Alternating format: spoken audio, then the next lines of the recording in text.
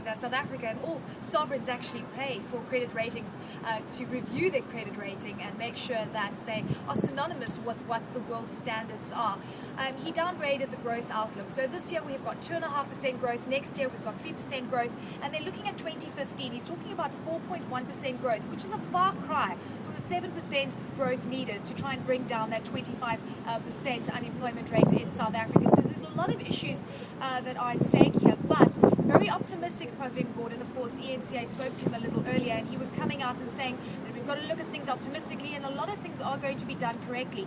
A very big issue that came to the fore today was the fact that he was talking about that expenditure is not going to increase, but in real terms it is. It's going to increase by 2.9% for the next few years. So in other words, most economists are saying that this was a little bit of a spin to try and make foreign investors and most investors feel comfortable with the scenario. But joining me now, I of course have an analyst from Black Sash, Mr. Nyembezi, joining us now. Thank you, sir. Much appreciated for your time.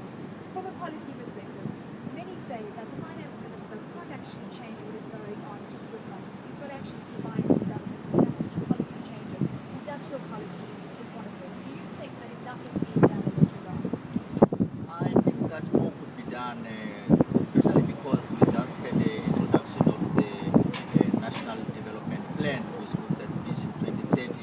And so all eyes were looking to see if the spending starting from this MTBBS is talking in terms of the policy statements that have been made as proposed in the National Development Plan. And of course, for households, it's also very important to see how what kind of relief is going to come, because a lot of people have got problem with less